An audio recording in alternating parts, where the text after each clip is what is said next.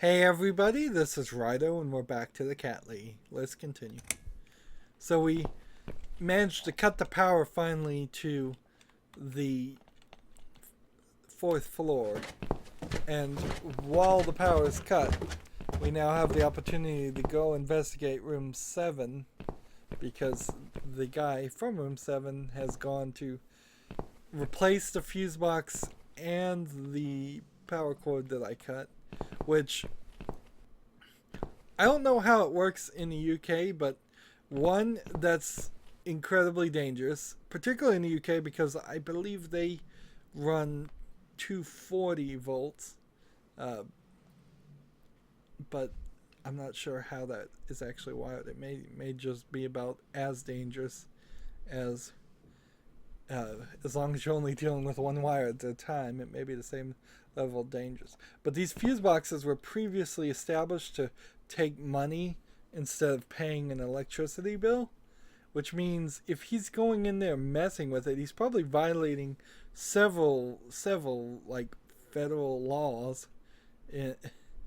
And if you can just go mess with it without fear of getting caught or thrown in jail, why not go mess with it so nobody has to pay for their electricity? It would be so easy. But yeah, ignoring all that was our solution. So let's examine the store. Some young guy lives here. His name is Jesse. He makes a lot of noise apparently. Let's open it. The door is locked, so we need Mitzi to perform her magical lock picking again. I have to stand over the door, then go down and tell her to pick the lock. Now that he's gone, we can get inside? Yes, let's do that. I'll close my eyes and you pick that lock, Mitzi. Okay, but no peeking. I'd never. You've really hurt my feelings now. Yeah. Now close them.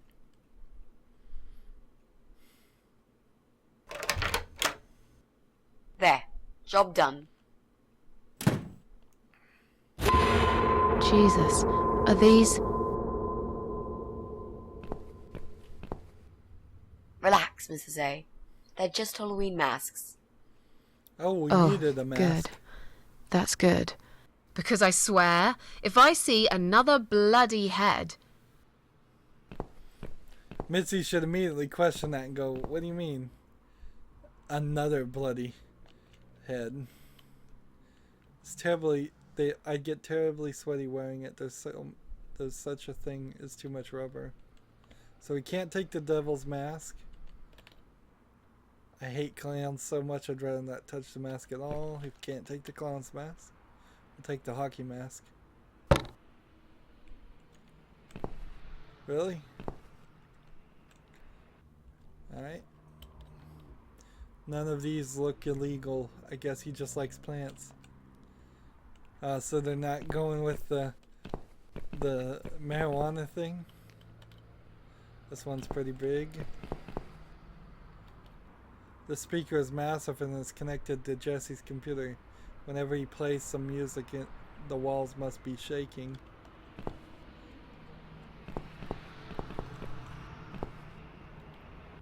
It's Jesse's PC.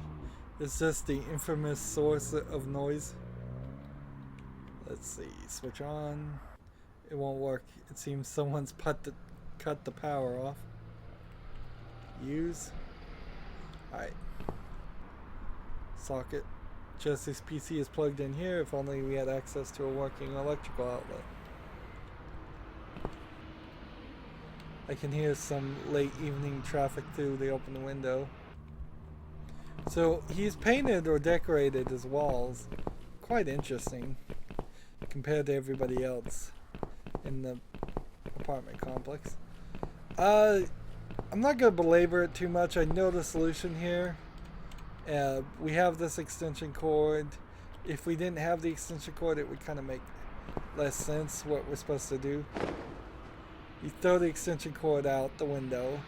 We take the plug from the computers, plug it into the extension cord. Who's got windows over this side of the building? Well, Joe Davis lives right below. I guess we could also check one flat below Joe's. I just hope the cable's long enough. Let's find out, shall we? It would have to be a massively long extension cord. A lot longer than what it looked like in the inventory. So, we're on the... Let's go to the 3rd floor.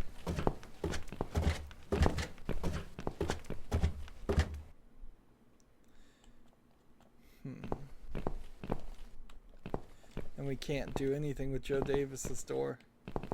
Can't get in it at all. So we have to go to the 2nd floor.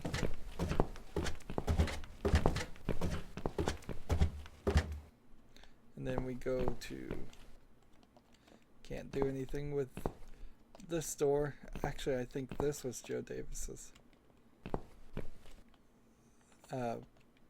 So we have to go all the way to the 1st floor.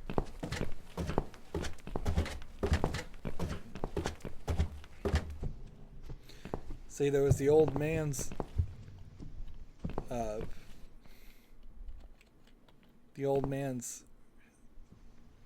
apartment that we haven't been in. And then Joe Davis was below that, and then this is below this. So we come over here, and the cable somehow miraculously reaches all the way down. That would be about 22 feet. Plug it in.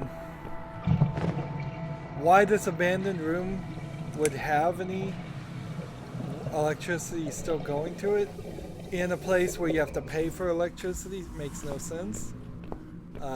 Also, this feels so much like a bathroom. So why there's an outlet in the bathroom? I don't understand that one.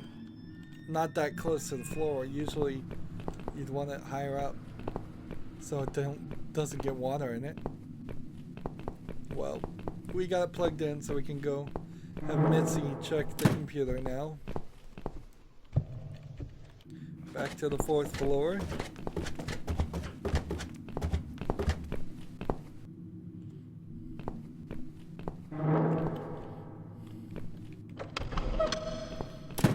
We didn't lock it behind ourselves. Right. I should be able to use that computer now. Could you give me 5 minutes, Mrs. A? Sure. Why not?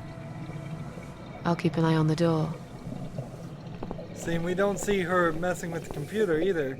So I wonder, does she have some kind of magical power? She always uses the computer when nobody's looking. She always picks locks when nobody's looking. Is it that, or did they just not bother to animate him? Him either. God damn it! Well, it must be flat 6 unless she's just totally wrong. We now have all of the things we need to do the cat widow scare that we were going to do to the guy above us to get him back, but we doubt, I seriously doubt he was the Eye of Adam, but maybe he is. So, to make the cat widow, we needed a black dress. We had a white dress, we put it in the coal, made it black. It needed to be damaged, so we've got scissors so we can cut it.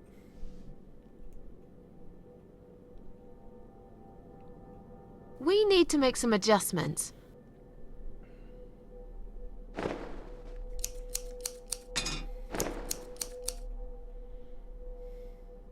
Now this is a dress worthy of the cat widow. Why don't you admit it was too small for you? Ha ha, bloody ha. Why don't you just shut up? Whoever wore this dress probably hadn't eaten in years. You'd struggle to get a skeleton into it. This is it. We've got all we need. Great!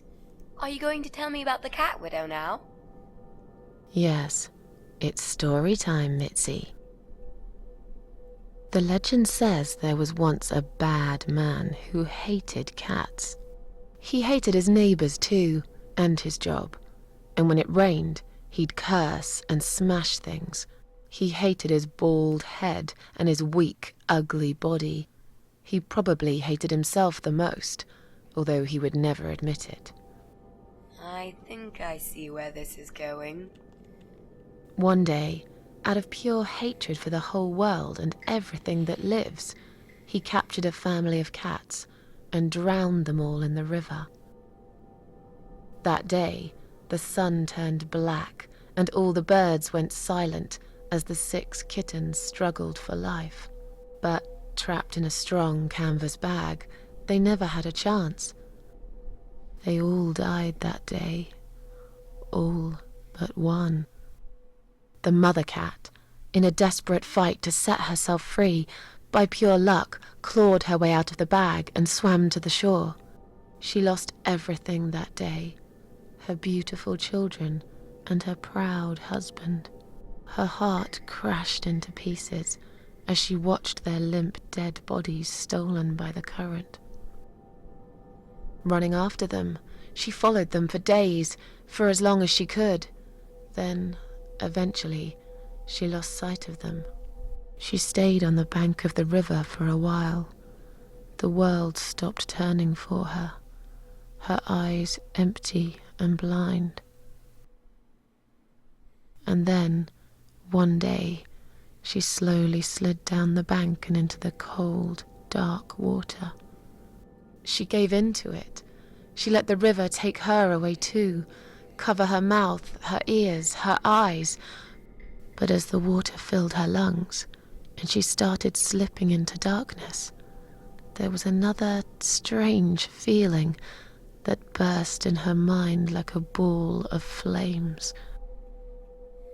Anger, rage even. Her last craving, before she drowned, was for revenge, for blood. And so she returned, reborn and changed, a cat widow, veiled in black, mistress of the cats. Her body of a young woman, but her eyes of a cat, and her face, white, rotten, face of a corpse. Those who saw it rarely lived to tell the tale. She would get her revenge on all cat killers and cat torturers. But there was someone she had to see first, someone special, someone she really hated the most. So I imagine as that the evening was came, it all was made strangely up. quiet in the man's flat. As he lived alone, he usually liked to fill the silence with the sound of radio or TV shows. But that night, he switched them all off, feeling anxious and tired after work.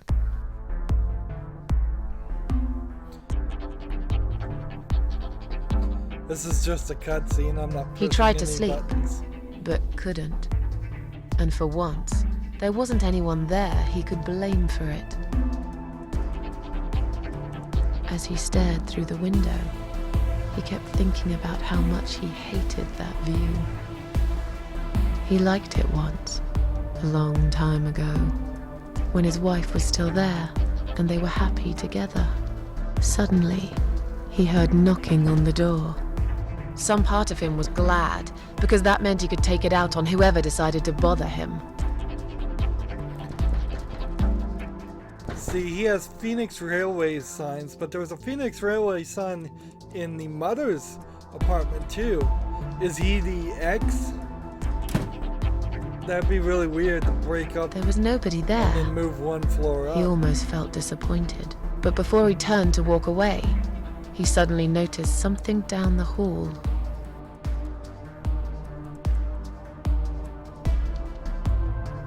So which one do we pick? Do we go?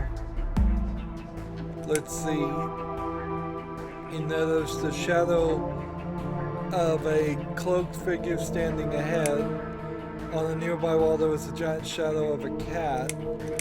A dead body of a disemboweled cat hanged on the radiator. Really? No, I don't think the cat lady would cut up a even dead cat.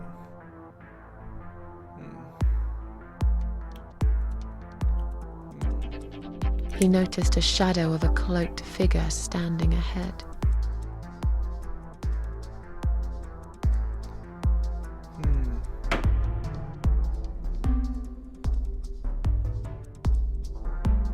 So it seems like he could have picked any of them. He stopped again.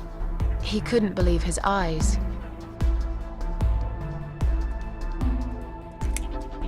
There was a cat skull stuck on the seat of his butt. Someone wrote asshole on this door. I think there's a right way to do this. Someone wrote cat killer on his door.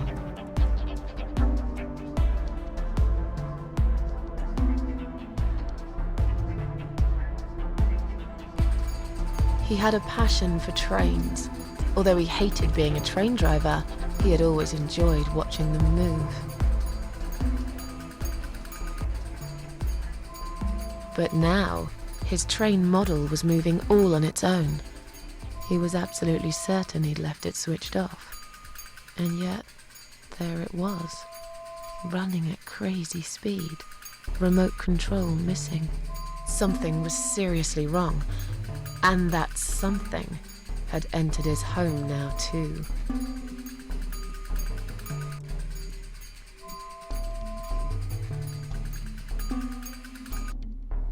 He hoped he was just imagining things, tired as he was.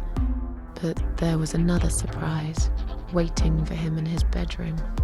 This really is just a giant choose your own adventure thing. A giant blood-soaked zombie cat got onto his bed. Cat Widow is here was written all over the wall. Which one could we actually do? I mean, see, if we just make up stuff and we don't have the items for it, I don't think it's gonna work. So let's go ahead and tell the story as it goes. Cat Widow is here was written all over the wall.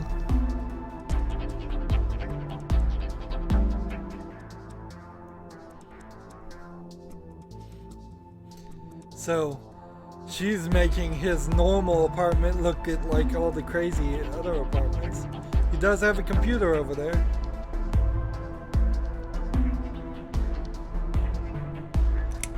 Getting really scared now, he decided to call the police.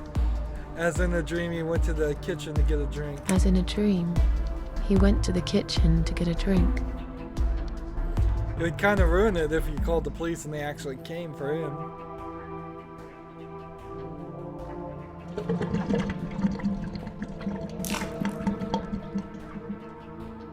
There was no water. He knew there were valves in the basement that turned it off, but no one's been down there for years. He felt sick. None of this made any sense. And yet, deep down, he knew what he did to the cats was wrong. There was a part of him that almost wanted to be punished. The part he tried so hard to hide.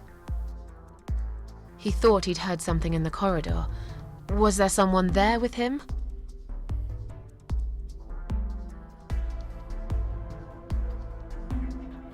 His head was spinning. He felt ambushed, trapped, like an animal. He had to get out of there. Getting really scared now, he decided to call the police. I guess I don't have a choice now. Getting really scared now, he decided to call the police.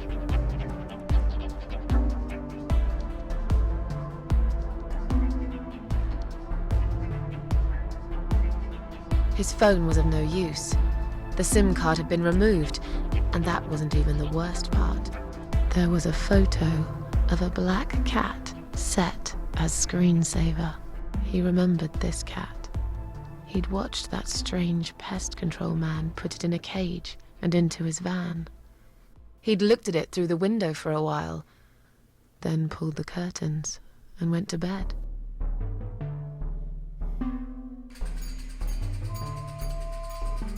He stopped, paralyzed. He'd heard something right in front of him. A whisper. More like a purr. She was there, in the dark corner of his living room, waiting. Black veil covering that pale, dead face. And yet, he could almost feel Cat Widow's eyes piercing through him. Cat Widow aimed a shotgun at his chest and fired. Really? No, I'm not gonna shoot him. I wouldn't strangle the monster in previous occasions. Just try to scare him. She came closer, We don't even know if he like a ghost, actually knew if and pest swiftly control was gonna removed the veil. kidnap me or try and kill me.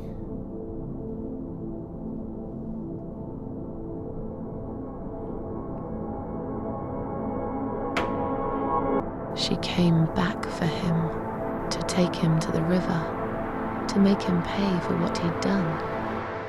As he looked into her eyes, he could feel the world spinning around him, his knees go weak, his pants suddenly wet around his crotch. As much as he hated life, he didn't want to die either. Inside, he was just a big, stinking coward.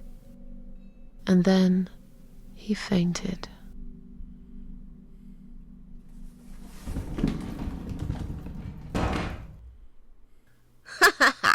Did you see his face? I knew he'd fall for this. Yeah, we scared the living shit out of him. Now that's teamwork. Are you sure he won't know it was you, though? Oh, he probably will, once he's had time to think about what happened. But he's too proud to ever admit he's been beaten by a woman. I know him just about enough to know that. Let's hope so. I don't want you to get in trouble because of me. No. That was something I had to do for myself. And I feel much better for it. The only problem now is that we still haven't found Eye of Adam. Because it definitely isn't Brian. I've searched through his laptop and all I found was a load of porn. Let's cross him off the list.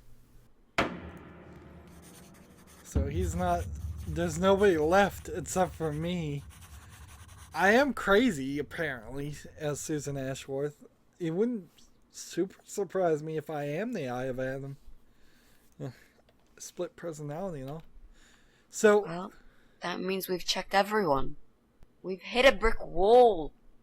Perhaps I was wrong. Maybe he doesn't live here at all. I think we need to sleep on it. And we might get some more ideas in the morning. Notice the sign in Shall the we head back background. home? Quiet Haven Hotel. Yeah, I do feel tired. You're right, we need some sleep. Really wish there was an elevator in this building.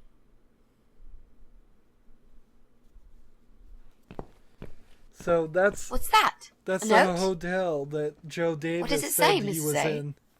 I believe. You will not believe it. Meet me at midnight, both of you. I will wait. Flat 5. Door will be open. Do not fear. Eye of Adam. Flat 5. That's the old guy. Can't be. It can't be him. I guess we'll find out. At midnight. We've got a few hours until then. Let's get some coffee.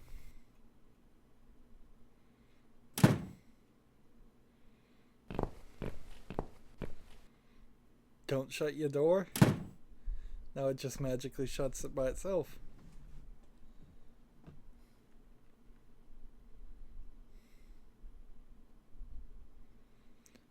So, the problem with the scene about telling about the cat widow was simply that you were in front of the sign and you had the prompt to interact with the sign the whole time as she was telling that story, instead of a proper cutscene where it would have gone in tight on her face. It's just you and me, my love. No one will find us here.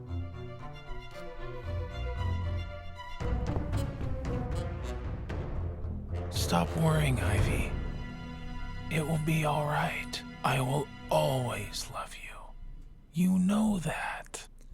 So he I'm was gonna in the make you basement. all better.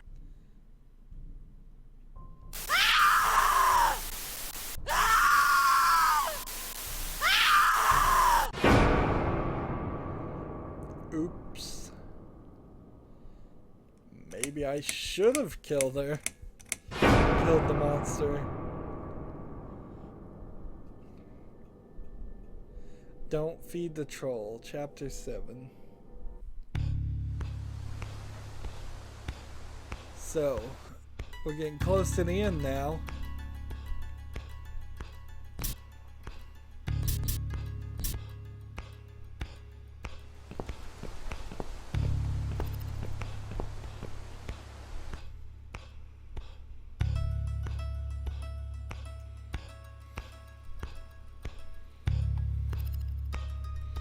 Apparently Joe was the parasite.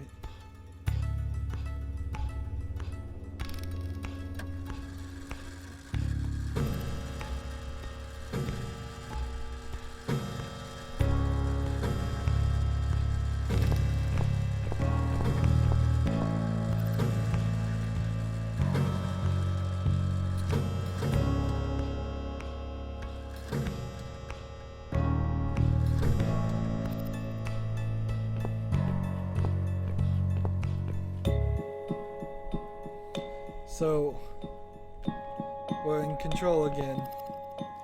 So, we're getting into the end, and it would be silly with 4 minutes remaining to go any further. So, we'll end a little early in this recording, and hopefully wrap it up either in the next recording or equally in the next 2 recordings. I think we could probably get it done in the next recording. Hopefully. Maybe we'll even go a little long. Anywho, that's going to be it for this recording. As always, I ask you to like, share, subscribe, comment if you want to, and watch every second of my videos. All that helps out. If you want to support me further, you can click on my name, Rydo. On the right will be a blue button that says support this channel. Click it, make a donation. And if you want to friend or follow me on basically any social media sites, there's a whole bunch of links down below. Thank you for watching. Have a good evening.